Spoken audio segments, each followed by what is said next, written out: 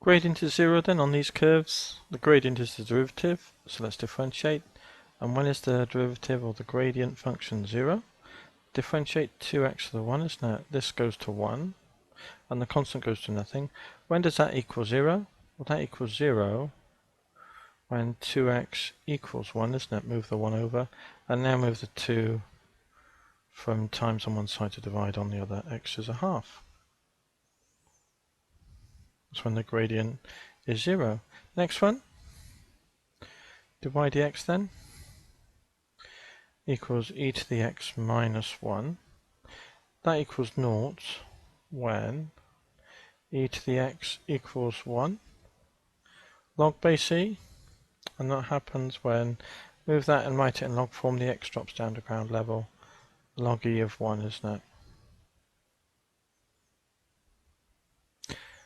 Might be nice to write when here. Okay, next one. Y equals cos, so dy dx, differentiate, that equals 0. Minus sin x plus cos x equals 0 when, move this over, sin x equals cos x. Move this from times to divide, there's always one lot of something.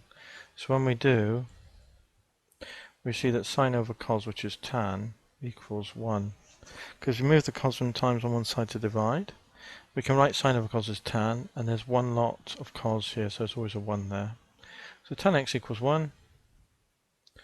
Circle, right cast. Tan is positive here and here, so I draw 2 lines, because tan is positive. Mark off alpha, the associated acute angle, and simply write tan alpha equals, and drop the negative if there is a negative to be dropped. Alpha is equal to shift tan 1, which is pi over 4. So, x then, we can read off our solutions. The first solution is round to here, pi over 4. The next one will be round to here, pi plus pi over 4 is 5 pi over 4. Then it's round to here, 2 pi plus another pi over 4 is 9 pi over 4. So I hope you can see the pattern now. The next one will be 13 pi over 4, and so on, because you can keep going around however big an angle you want.